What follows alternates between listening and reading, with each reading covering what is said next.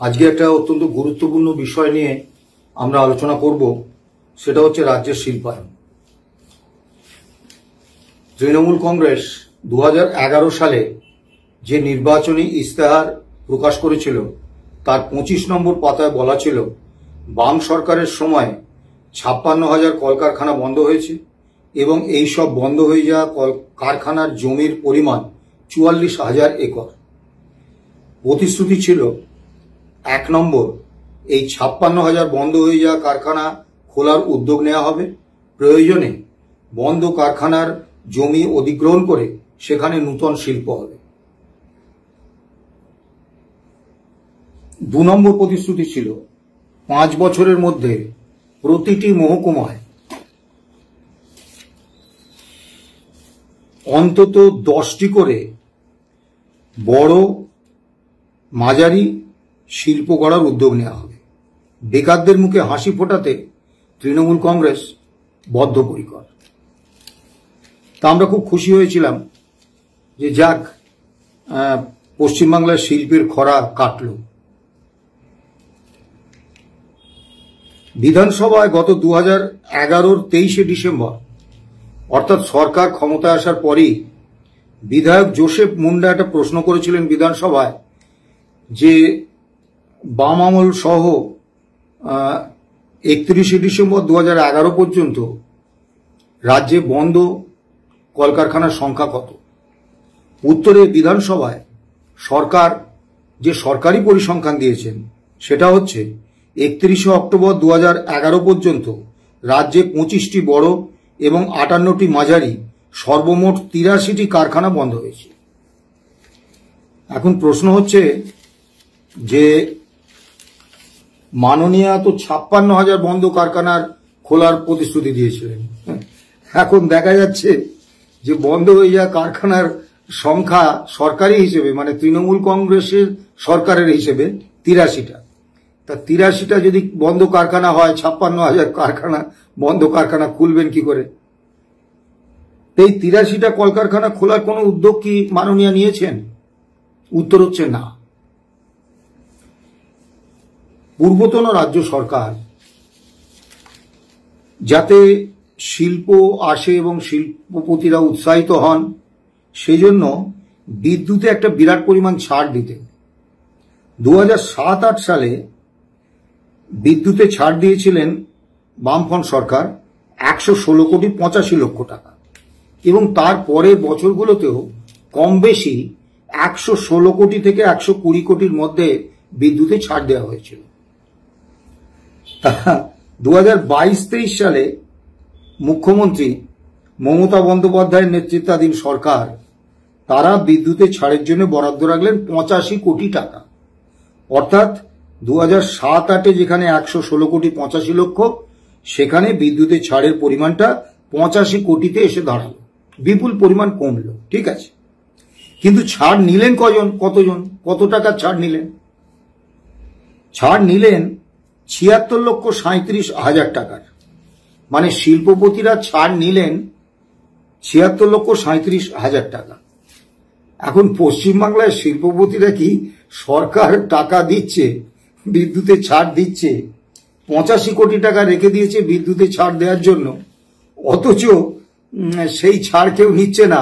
85 কোটির জায়গায় মাত্র 76,37,000 টাকার ছাড় তারা নিলেন।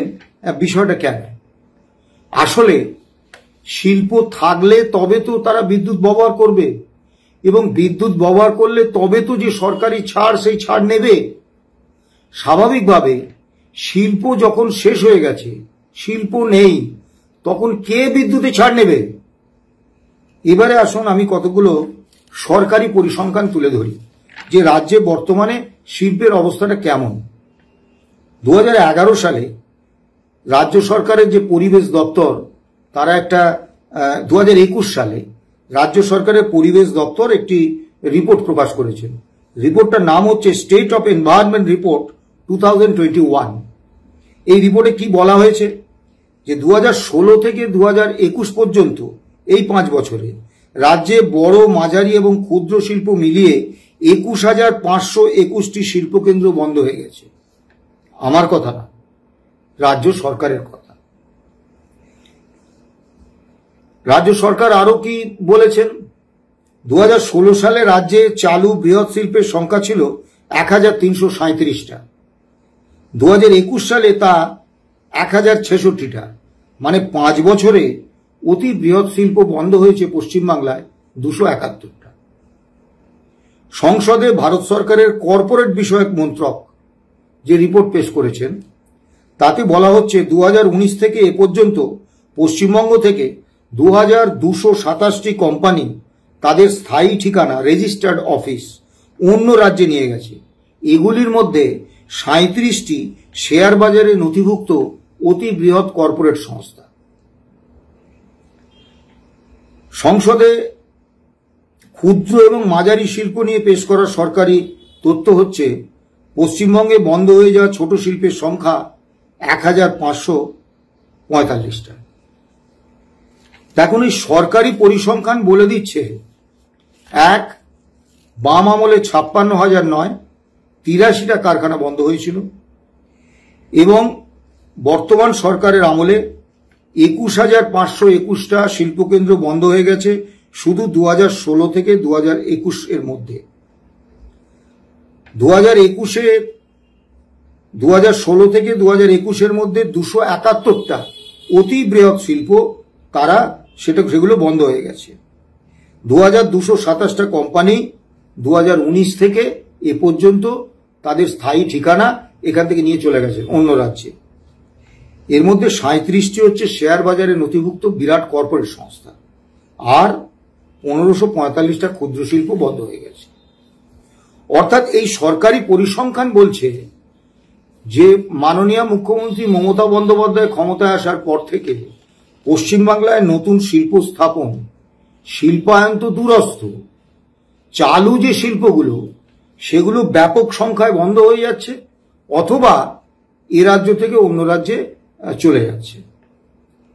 এখন শিল্পে বিনিয়োগ একটা গুরুত্বপূর্ণ বিষয়। আমরা এ রাজ্যে কতটা শিল্প এলো এটার তথ্য পাবো রাজ্যে কত বিনিয়োগ হয়েছে তার উপরে।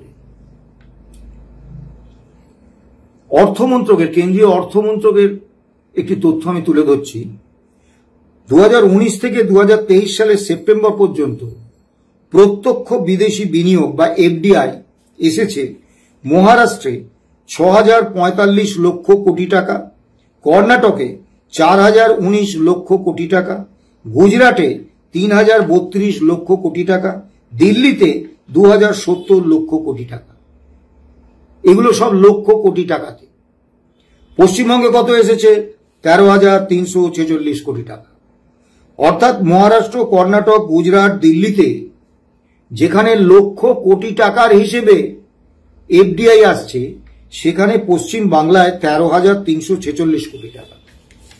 মাননীয় মুখ্যমন্ত্রী প্রায় বিদেশে যান, বলেন শিল্প আনতে যাচ্ছি, সেখানে শিল্পপতিদের সঙ্গে বৈঠক টৈঠক ইত্যাদি হয়, কিন্তু পরিস্থিতিটা কত হতাশাজনক দেখুন যে সত্যিই বিদেশে গিয়ে তিনি কতটা বিনিয়োগ আনতে পারলেন সেটা তো এই কতটা এফডিআই এসছে বা প্রত্যক্ষ বিদেশি বিনিয়োগ এসছে সেই তথ্যের উপর ভিত্তি করে বলতে হবে।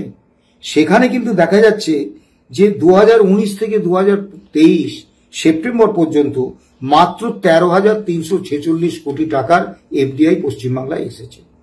অত্যন্ত লজ্জাকর ব্যাপার। এবং বছর দুয়েক আগে মাননীয় বার্সেলোনা গেলেন, তার সঙ্গে সৌরভ গাঙ্গুলি গিয়েছিলেন, এবং সেখানে সৌরভ গাঙ্গুলি ঘোষণা করলেন যে পশ্চিমবাংলার শালবনীতে তিনি লৌহ এবং ইস্পাত কারখানা করবেন, প্রচুর কর্মসংস্থান হবে, বিপুল বিনিয়োগ করবেন। তা আমরা ক্রিকেটার সৌরভ গাঙ্গুলিকে জানতাম, আমরা বিভিন্ন টিভি চ্যানেলে সঞ্চালক সৌরভ গাঙ্গুলিকে জানতাম, কিন্তু সৌরভ গাঙ্গুলি যে শিল্পপতি এটা আমাদের জানা ছিল না, মানে অজ্ঞতা আর কি। যাই হোক, সৌরভ গাঙ্গুলি তো এই ঘোষণাটা কলকাতায় বসেই করতে পারতেন। শালবনীতে ইস্পাত কারখানা করবেন সেটা সুদূর বার্সেলোনায় গিয়ে বলতে হলো কেন? কারণটা হচ্ছে ওখানে মাননীয় মুখ্যমন্ত্রী একজনকেও ধরে তাকে দিয়ে বলাতে পারেননি যে পশ্চিমবাংলায় বিনিয়োগ করব। তা সৌরভ গাঙ্গুলিকে নিয়ে গিয়েছিলেন, তো ওকে বললেন তুমি বলো। আর সৌরভ গাঙ্গুলির একটা গুণ আছে, সবসময় সরকারে যে থাকে, মুখ্যমন্ত্রী যিনি থাকেন, ক্ষমতার কেন্দ্রে যারা থাকে, তাদের সঙ্গে ওনার একটা সুসম্পর্ক আছে। তা উনি ঘোষণা করে দিলেন। হ্যাঁ, এবার সেই ইস্পাত কারখানা কতটা হয়েছে এ আপনারা একটু খোঁজ নিয়ে দেখবেন। এবারে আসুন, 2015 সাল থেকে পশ্চিমবাংলায় একটা নতুন নাটক হচ্ছে। সেই নাটকের নাম হচ্ছে বিশ্ববঙ্গ শিল্প সম্মেলন। এর অর্থটা ঠিক আমি বুঝি না, বঙ্গ আবার বিশ্ব, যাই হোক সে আর আমার ভেবে লাভ নেই। তা 2015 থেকে 2023 পর্যন্ত 7টা বিশ্ববঙ্গ শিল্প সম্মেলন হয়েছে। 2021, 2020 এবং 2024 সালে কোনো বিশ্ববঙ্গ শিল্প সম্মেলন হয়নি। এই 7টা শিল্প সম্মেলনে মাননীয় মুখ্যমন্ত্রী যে ঘোষণা করেছেন তাতে 16,60,617 কোটি 2 লক্ষ টাকার বিনিয়োগ প্রস্তাব ঘোষণা করেছেন, যে এত বিনিয়োগ আসছে ওই শিল্প সম্মেলনগুলোতে। 7টার আলাদা আলাদা পরিসংখ্যান আমার কাছে আছে, আপনাদের ধৈর্যচ্যুতি ঘটবে। আমি সর্বমোটটা বলছি। সর্বমোট হচ্ছে মাননীয় ঘোষণা করেছেন যে 17,60,617 কোটি 2 লক্ষ টাকার বিনিয়োগ পশ্চিমবাংলায় চলে এসেছে। কেন্দ্রীয় অর্থমন্ত্রক যে তথ্য দিয়েছেন সেই তথ্য অনুসারে পশ্চিমবাংলায় 2015 থেকে 2023 পর্যন্ত সর্বমোট প্রকৃত বিনিয়োগ প্রস্তাব এসেছে 63,609 কোটি টাকা, যেটা মাননীয়ার ঘোষণার 3.61%। এখন দুটো কারণে এই গরমিল হতে পারে। একটা হচ্ছে শিল্পপতিরা মাননীয়াকে যে পরিমাণ বিনিয়োগ করবেন বলেছিলেন সেইটা যোগ করে মাননীয়া ওই 17,60,617 কোটি 2 লক্ষ টাকার হিসেব বলেছেন। অথবা হতে পারে যে রাজ্যে কি বিপুল বিনিয়োগ আসছে এইটা দেখানোর জন্য মাননীয়া একটু অতিরঞ্জন করে ফেলেছেন। এবার মাননীয়ার ঘোষণার 3.61% বিনিয়োগ প্রস্তাব এসেছে, যেটা হচ্ছে 63,609 কোটি টাকার। এবং তার মধ্যে কতটা বাস্তবে বিনিয়োগ হয়েছে তার কোনো সরকারি তথ্য কিন্তু নেই। অর্থাৎ প্রকৃত প্রস্তাব এসছে 2015 থেকে 2023 পর্যন্ত 63,609 কোটি টাকা, যেটা মাননীয়ার ঘোষণার 3.61%। কিন্তু প্রকৃতপক্ষে কত টাকা বিনিয়োগ হয়েছে, কতগুলো কারখানা হয়েছে, কতটা শিল্প হয়েছে তার কোনো পরিসংখ্যান কিন্তু নেই। এবং আমরা কিন্তু সেরকম কোনো শিল্প হয়েছে বলে দেখতে পাচ্ছি না। তা এবং শিল্পের অগ্রগতিটা কিরকম একটু বলি। মাননীয় 2022 সালের ডিসেম্বর মাসে সিঙ্গুরে 11 একর জমিতে একটা অ্যাগ্রো ইন্ডাস্ট্রি পার্ক করবেন বলেছিলেন, ঘোষণা করেছিলেন। তো সিঙ্গুরে 997.11 একর জমির উপরে কারখানা ধ্বংসের বিকল্প হিসেবে তিনি ওই 11 একর জমিতে খেলনা গাড়ি তৈরির একটা প্রকল্প ঘোষণা করেছিলেন। তা আজও সেই প্রকল্প কিন্তু বাস্তবে রূপ দেখেনি। এবারে আসুন, পশ্চিমবঙ্গ সরকার কি সত্যি শিল্পায়ন চান? এটা কিন্তু আপনারা বাজেট প্রস্তাব দেখলে বুঝতে পারবেন।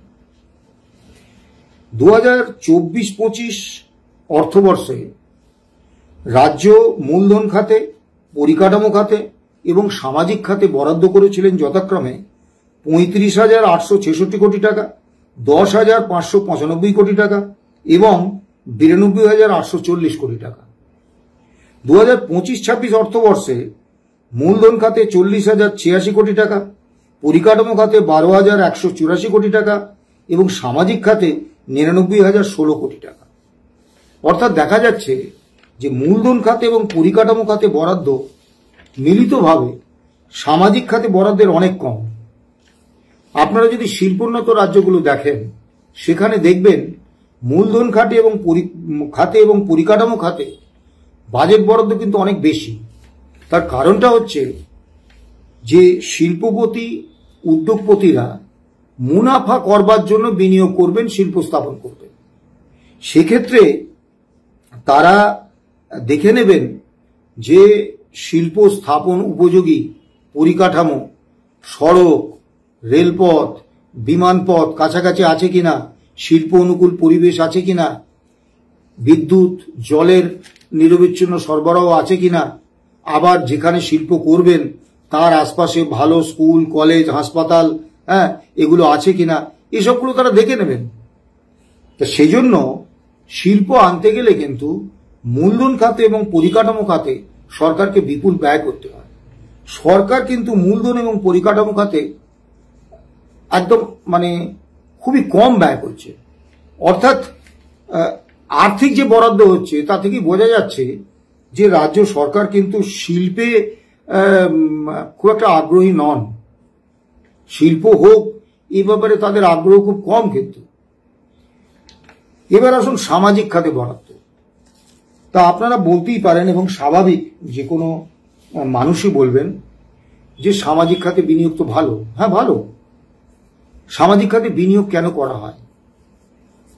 সামাজিক খাতে বিনিয়োগ করা সমস্ত রাজ্য সরকার করে, কেন্দ্রীয় সরকার করে, শুধু পশ্চিমবঙ্গ সরকার একা করছে এমন নয়।